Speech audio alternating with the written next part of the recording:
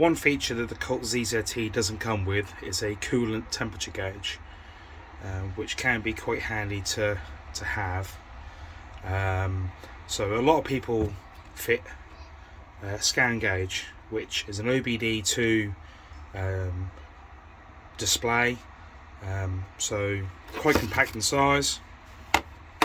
It's got cable on the side, cable on the rear, depending on how you want to route the cable. You can display up to 4 values at one time. I have had this fitted briefly just to have a mess around with it, but I thought it was time to do a proper install on it.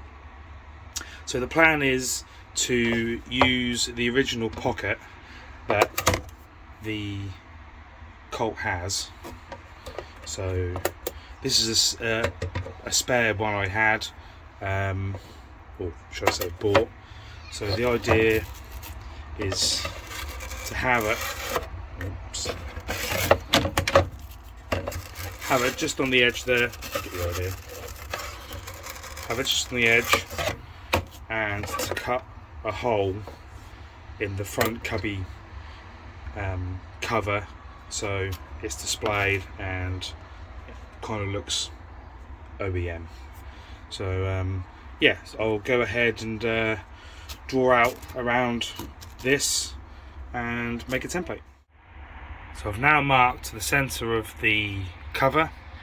I've marked the center of the template. So once I line up the line, I then know exactly where the center of the cover is. Looking at the pocket and where this scan gauge will sit, I've got to take into consideration the hinge part. So if that is flush, that hole, or the bottom line of the cover, needs to be just above the hinge. I also realised that this cover's double skinned, so chances are when I cut through both layers, they'll need gluing back together. Yeah, I don't know what it's going to be like on the back of this second skin, because that's obviously where the hinge part is. Not too sure. We'll see what happens. And there we go. So I used a steel rule and a very sharp Stanley blade. Started off with some very light scores, and then progressively got harder and harder. I did make a little slice accidentally there. Whoops. But yeah, not too bad. The bottom, oh, here's this top bit. It has come unglued ever so slightly, but it is very thin material up there, so don't know what to do about these edges.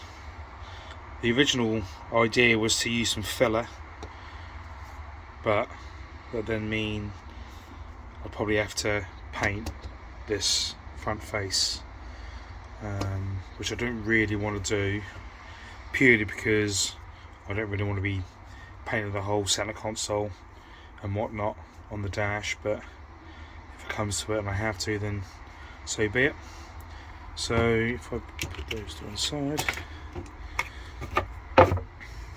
let's reattach this.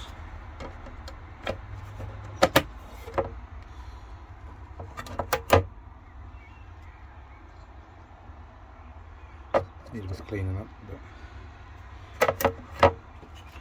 and then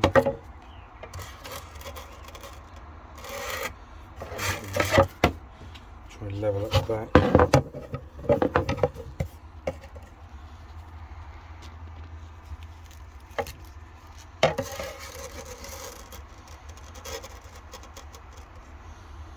Roughly.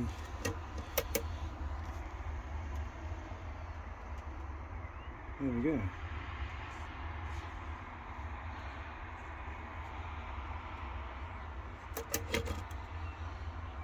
I mean, I suppose you could just run it without this cover here, but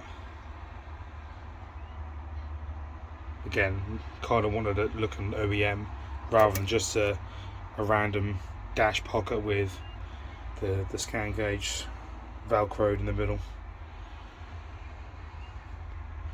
Yeah, there we go. So what I'll do next is just finish cleaning up these edges, get some more velcro, put on the inside here, then I'll plug it in and yeah, just go through the displays and what it can do and whatnot. So inside the car I've drilled a 16mm hole in the back of the pocket and fed the wiring through from behind the dash, and the OBD port is right next to it. So again, drilled another hole to feed the wire through, just to make it look a bit neater. This is all covered from the bit of trim anyway, so you don't see any of this. So yeah, I'll get it all plugged in. So that's the scan gauge mounted and wired up.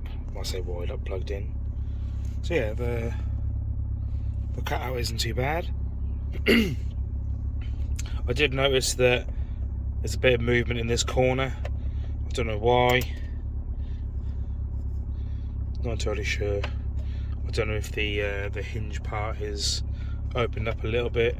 Oh yeah, there's a bit of play there. But yeah, overall, pretty good fit. So with the scan gauge,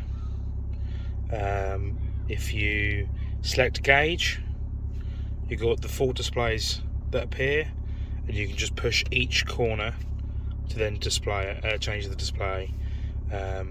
So I've got RPM, miles an hour, only because I've recently changed the SMDs on my speedo cluster to white, and I had it on miles per hour just to recalibrate the needle and make sure that was all correct. So yeah, miles per hour, average MPG, and cold air intake, or intake air temperature, which is quite handy to have.